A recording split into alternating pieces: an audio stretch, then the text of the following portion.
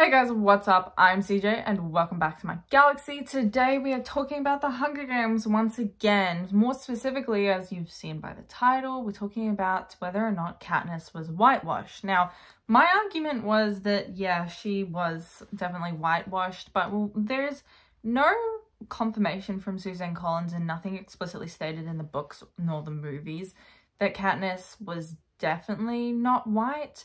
So it is more of a headcanon and it's more speculation rather than, yeah, she was definitely white, she was definitely not white, whatever race, ethnicity she was. It's all up for speculation. And today I'm going to prove to you why this headcanon and why I personally think that Katniss was whitewashed for the movies. So let's start off with some more explicit things that Katniss states in the books, or Suzanne Collins states through Katniss, is that there's a seam look. A lot of characters are believed to have been whitewashed in the movies.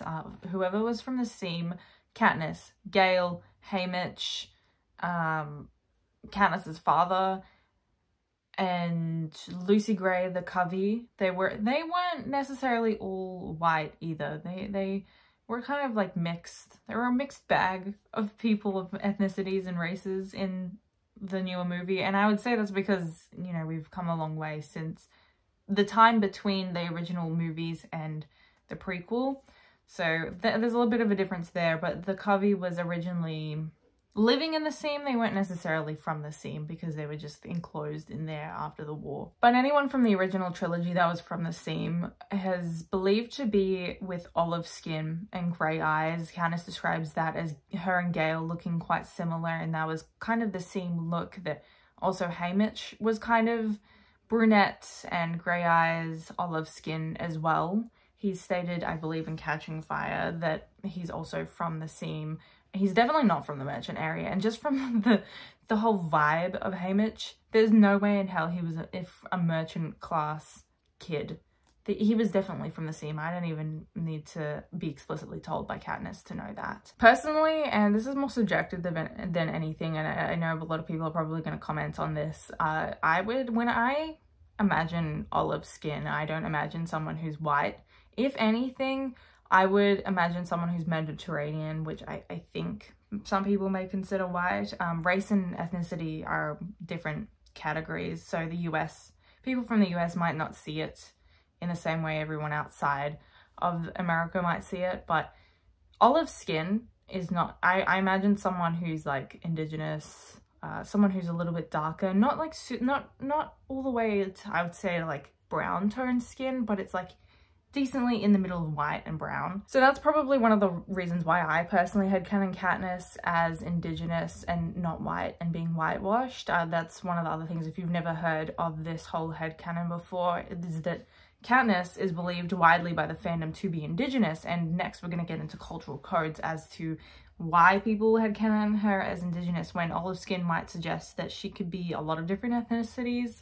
It opens the door for a bunch of different possibilities, which is totally right. She could be anything from under the sun when it comes to olive skin. And I saw once, and I don't remember who it was, but in one of my comment sections, and I wish I had it up, but if you were this person, just comment down below. In my comment section, there was someone suggesting that Katniss could be literally anyone from Indigenous, black, and just with like lighter skin because she's mixed.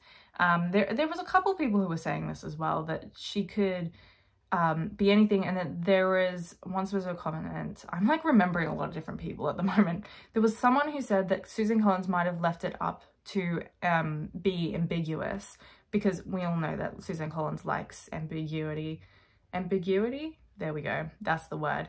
Because she knew the film industry, if she wanted to end up being a film, that she knew that it'd be better to leave it up for anyone, which I don't think she would have realized that the casting, she wouldn't have thought of that at the time in the first book.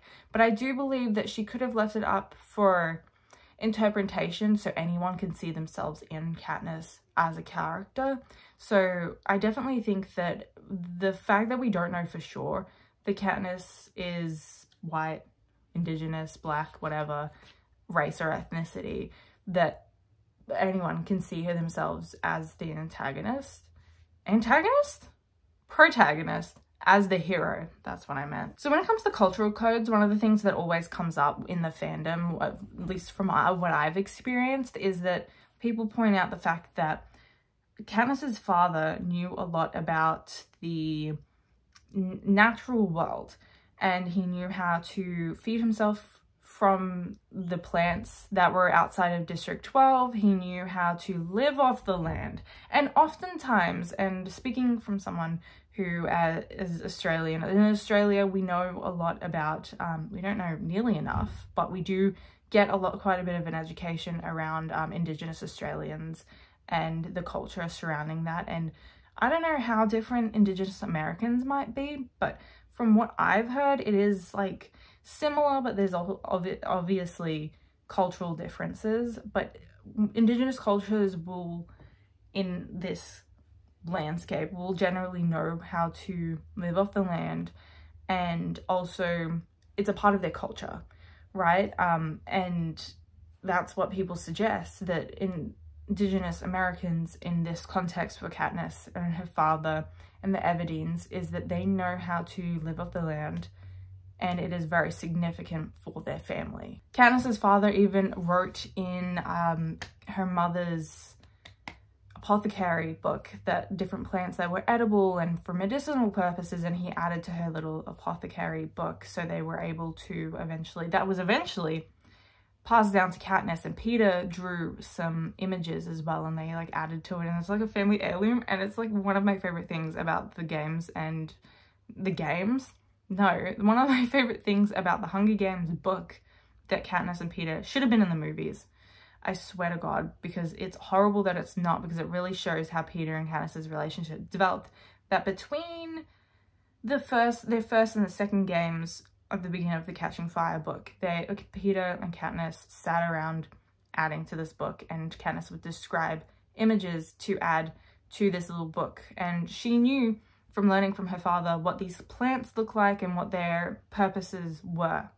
And that kind of living off the land is what people go, oh, she was probably Indigenous. Because of these cultural beliefs that Katniss was displaying in the first book and the movie, and a little bit of the second book and movie, a lot of people in the fandom think that she was coded to be Indigenous. Now, once again, she could be pretty much any race or ethnicity under the sun, as long as they display olive skin to her actual complexion stated in the book. A lot of people agree, I agree, but once again, could be a little bit ambiguous just so people, you know, want to see themselves in the protagonist. But I also have a note down here that real life Appalachia, which is where District 12 is located, there are small settlements with isolated cultures. Now, what exactly does that mean in comparison to what's Katniss? What's her race and ethnicity? What is she coded as? How is she whitewashed, right? We know that as well, Jennifer Lawrence being white in the movies means that any cultural significance that Katniss held in the books is taken away, especially with Appalachia, right? If we compare the way, this is the notebook I'm reading off of, right? Not a laptop today, surprisingly. Anyway, as I was saying, if we compare Rachel Zegler putting on an accent in Songbirds and Snakes compared to Katniss, Peter, Gale, Haymitch not having an accent, they had like a regular schmegular Californian, I believe, accent. And I don't know, I can't really tell in my Australian brain, they just sounded American, you know, a generic American accent. Now, Rachel Zegler for Lucy Gray put on, I guess, like some southern, typical Appalachian accent. She had an accent that was more to what the Covey and District 12 was supposed to sound like. We know also from the books that Effie displays an accent, and all capital citizens have like that thick accent that was, in my mind, is described as a transatlantic accent. They have like this thick, I'm better than you bougie ass accent that Katniss describes, and the capital people generally cannot understand District 12 people, so that they do definitely have an accent. Lucy Gray has an accent in the movie, which I found really interesting. And going back to the isolated communities, they have very, to my knowledge, if you're from Appalachia, let me know how accurate my research was. I did very surface level research, and I found that because of the way it was settled, I was looking to see if there were like Indigenous communities and what that looked like in Appalachia, and I ended up finding some information on their colonization. Obviously brutal, but when they did settle, they were separated into like different European groups, and they developed their own cultures from coming over. And there was a bunch of them, like French, English, I think one of them was like German and whatnot, right? And they developed really distinct sort of cultures because of their isolation. Now, this isolation and the distinct cultures reminded me a lot of what's described in the merchant versus seam class division in District 12, which I found really interesting. If you haven't before, you should definitely go and check out my video on class division in District 12, which I've done, I don't know, I think it was a couple months ago now, but you'll be able to find it in my Hunger Games playlist. And I mentioned that there is a really big class divide that's mentioned in Katniss's inner monologue, that she believed that Peter was a lot well off than her because he was from the merchant side. The merchant side, they generally own their own businesses, and in Peter's case, his family were bakers. They owned a bakery, they sold baked goods. On the other hand, Katniss's family were miners because they were from the seam, and then they had to be in the mines from age 18.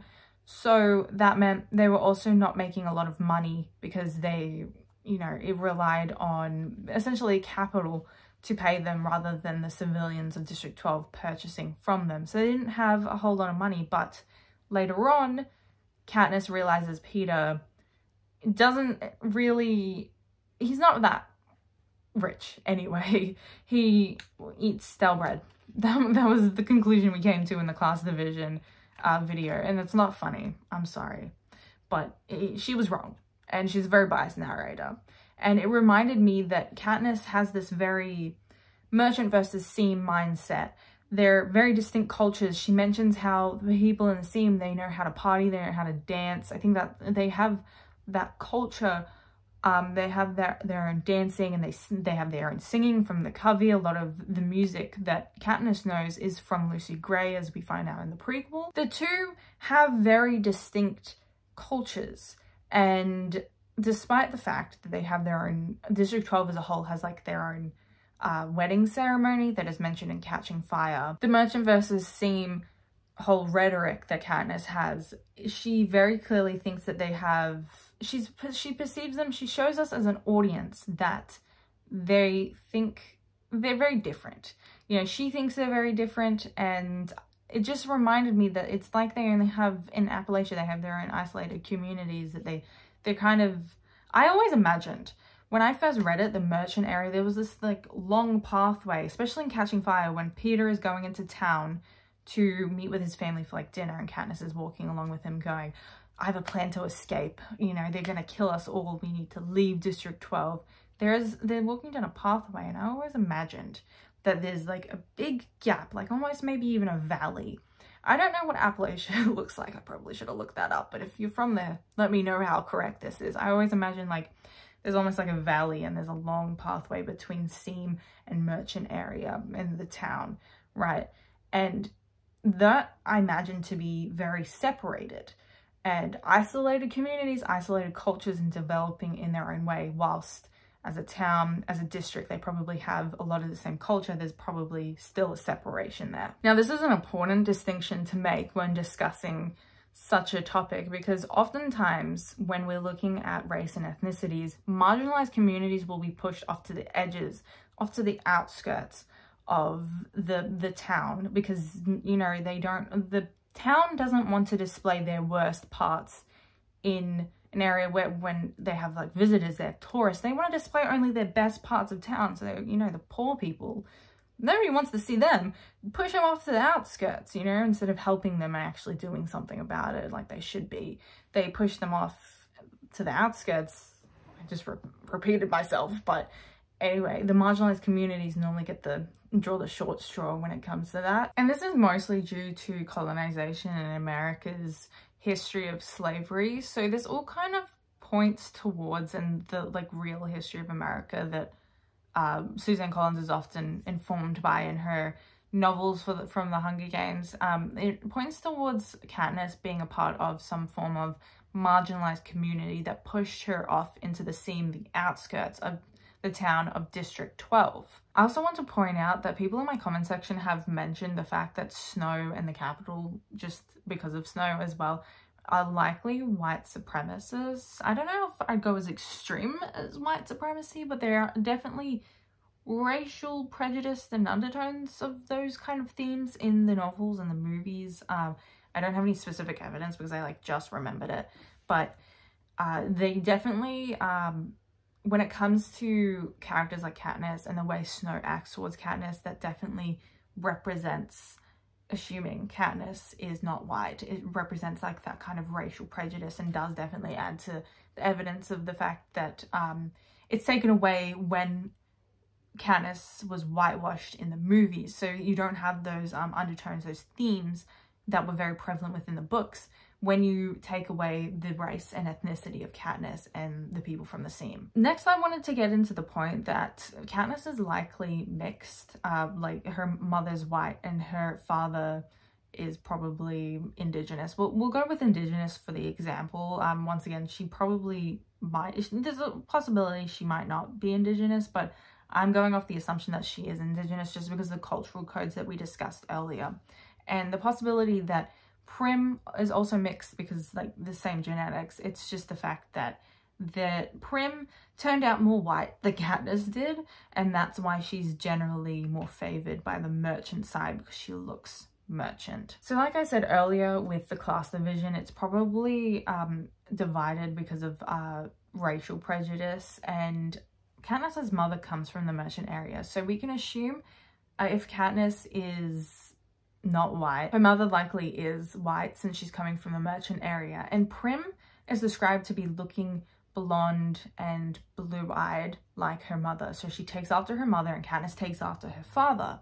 And in that way, that one of them looks seam, one of them looks merchant. And now in real life, kids will pop out different skin tones depending on what if their parents are mixed. You know, if their parents are an interracial couple, for example, there's a very large possibility that one kid will turn out more white than the other. And in this case, Katniss turned out with a darker skin tone than her sister. It is a very real thing. I've seen friends who were exactly the same, and they were Indigenous because Indigenous genetics are, because of colonization, just are a little bit muddled because, you know, white people and colonization. It's just kind of a little known fact that, you know, a lot of people are going to look mixed, and a lot of people are probably going to turn out white even if they're Indigenous. And I want to bring this up because it doesn't necessarily, the fact that Prim's white doesn't necessarily take away from the fact that Katniss got olive toned skin, and the fact that Prim and Katniss both alike, despite having a different skin tone from each other, are likely both Indigenous. And that reminds me actually, there's a very big theory. I don't know how big. I've seen the theory, and I'm like, there's no way. The fact that Katniss's mother might have cheated on Katniss's father with Peter's father, because Prim looks merchant. Guys, like I said before, just because they have different skin tones doesn't mean they're not both mixed. They come from the same parents. It's very apparent that Katniss's mother and father very much loved each other, and that's why her mother went into such a deep depression after he died. Guys, come on. Let's not take away from their relationship. So to really drive home the possibility of Katniss being whitewashed in the movies, I want to talk about casting specifically for these roles, right? So we have Jennifer Lawrence, like I said earlier, white. Gale, played by Liam Hemsworth, white. Haymitch, played by Woody Harrelson, white. And they're all supposed to be characters who were originally olive toned skin, and they're very, I wouldn't consider any of these characters that have olive toned skin except for maybe Liam Hemsworth. He had like a little bit, his skin was a little bit darker. little bit more tanned than everyone else's, so I'd be more inclined to give him a bit of a pass there for olive toned skin. But other than that, they were definitely not passing for olive toned skin, and when there was definitely opportunities to diversify the cast back then. However, unfortunately, Hollywood, back in 2012, if we're thinking about it, even now, diversity in that Hollywood sphere, not great. One big thing I want to point out as well is the fact that Rue and Thresh, I was not there when this happened, when they first cast Rue and Thresh for the first movie. However, I have seen on the internet, I have seen people talking about it, and there was a video called The Day Rue Became Black. At some point, if you guys have watched that episode, video, there was a lot of, like, I mean, a lot of backlash for Rue and Thresh being cast, their actors being black and cast that way, when it is very apparent in the novels that they're described with darker skin. And I feel like at one point they even described one of the characters, I don't remember which one, as having like almost midnight skin. Correct me if that's not the description, but that's what I remember it being as. But they were black the entire time, so we know that there was the diversity in Suzanne Collins' novel. So with the whole idea in mind that Rue and Thresh and the diversity in the Hunger Games was there, and the fact that a lot of the fandom, there was a lot of backlash when it came to the casting originally, and since it was Hollywood in 2012, I would say the biggest issue here is the fandom and the backlash, seeing as a lot of people still, if there's casting that's very diverse, a lot of people there will be a lot of backlash, and the casting directors being too scared to do anything about it.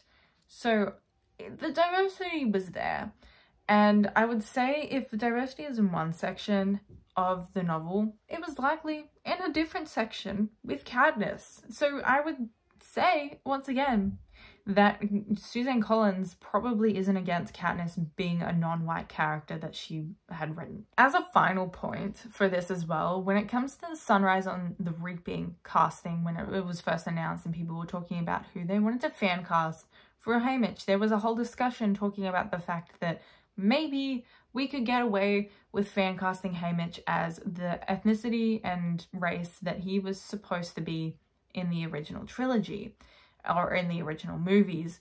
As much as I don't think at this point we probably can't get away with it, because Haymitch was also whitewashed. This isn't just Katniss, it was Gale and Haymitch who were whitewashed as well. Unfortunately, as much as I would like to see it, I would just suspend my disbelief if they were to cast someone diverse in the role. Hollywood, I don't think we could get away with it, unfortunately. I don't think they're gonna do it. But when it comes to that sort of casting as well, a lot of people were talking about they wanted a true biblically accurate Haymitch, and I can't blame them. So the whole topic of Katniss and Haymitch and Gale being whitewashed, and the Seam as the whole being whitewashed, was brought back up again. And I'm gonna have to agree with the whole thing. Like I said at the beginning of this video, Katniss was whitewashed. I think there's enough substantial evidence saying that the original character from the books, Katniss, was not white. If this book was created today, I can almost guarantee you that Katniss would not have been white. Jennifer Lawrence, well, because she was also older now, Jennifer Lawrence, if she was young still now, she probably would not have been cast as Katniss.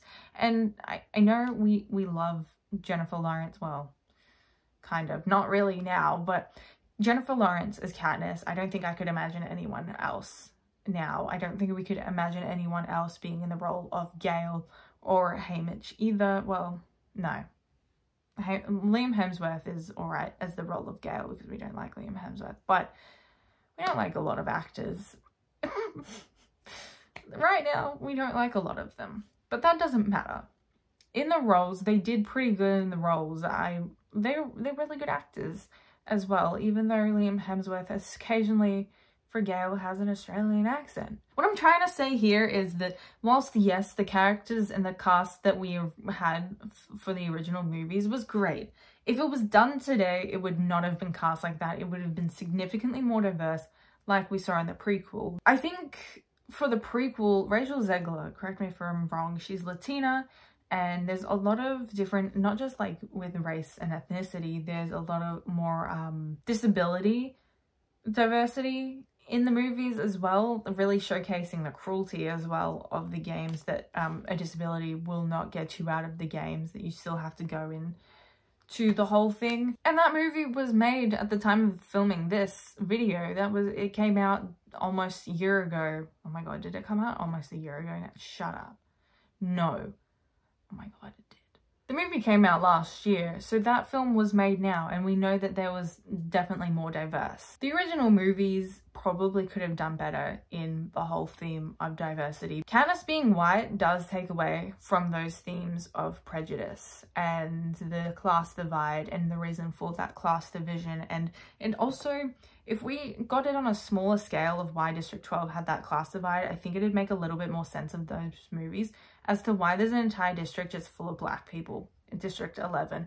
Because I know from reading the books that District 11 is supposed to represent the slavery and the history America has with slavery. I think District 11 is also placed in the South, so American history, that's what it represents. Anyway, my belief is that Katniss was whitewashed, and I think that's an unfortunate truth of having a movie that was made in Hollywood in 2012. It is quite an unfortunate reality that is the movie that we ended up getting, but you know, there's nothing we can do about it now other than just headcanoning Katniss as being Indigenous. Let me know down in the comments below what you guys exactly think. Do you think Katniss was Indigenous? Do you think it's supposed to be maybe a little bit more ambiguous so people can see themselves in Katniss and the protagonist, the hero of the story? What do you think Suzanne Collins' true intention with that was?